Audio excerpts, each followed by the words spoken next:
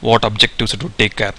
So then you can see what outputs, what requirements it would cover, scope, success criteria, then resources, what are the identified resources, cost, risk, assumptions, constraints also as part of this project template. Then you will have the communication requirements also.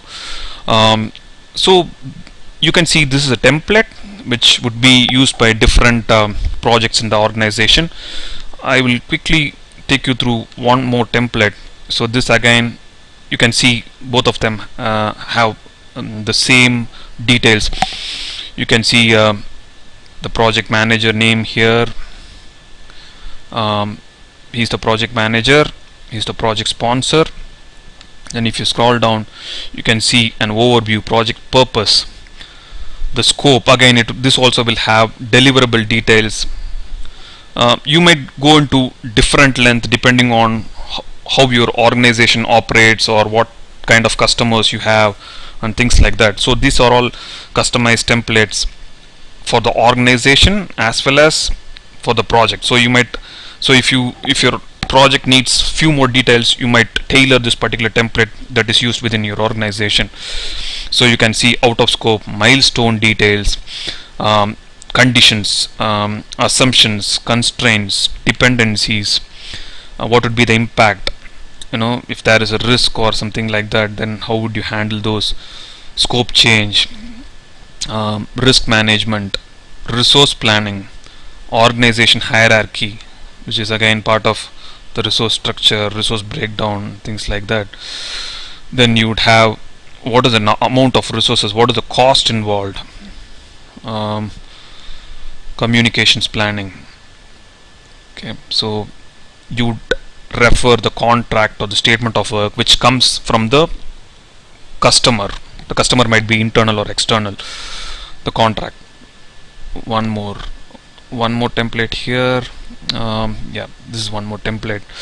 So this one, as you can see, it's a template again which is used by the organization, and then it would be customized by each of the projects. So you will have the same details. If you see the table of contents, it will have scope, duration, product and project overview. So product characteristics, at whatever detail you have, will be covered. Justification, which has the business need. Then strategic alignment, how will it cater to the strategy of the particular organization. Funding source, estimate, risks, assumptions, constraints, stakeholder list, roles and responsibility, communication requirements. So all these things get covered in the project charter. Okay, so with this background about project charter, we probably can look at what would be the inputs, tools and techniques to come up with the project charter as the output for this particular develop project charter process.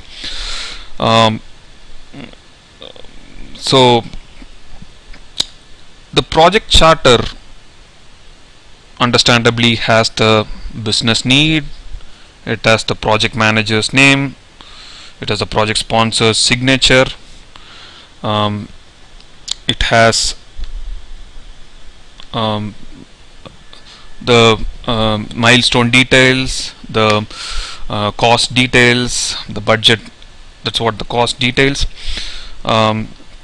So these things go into the project charter. So now if you look at it from the point of the PMBOK normally has this input, tools and techniques and outputs style of looking at a process.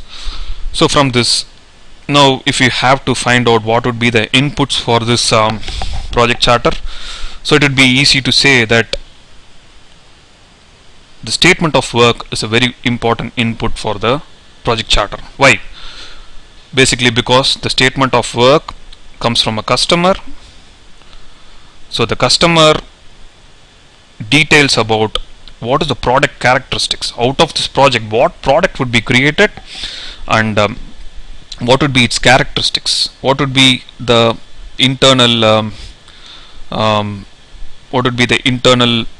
features of the product, what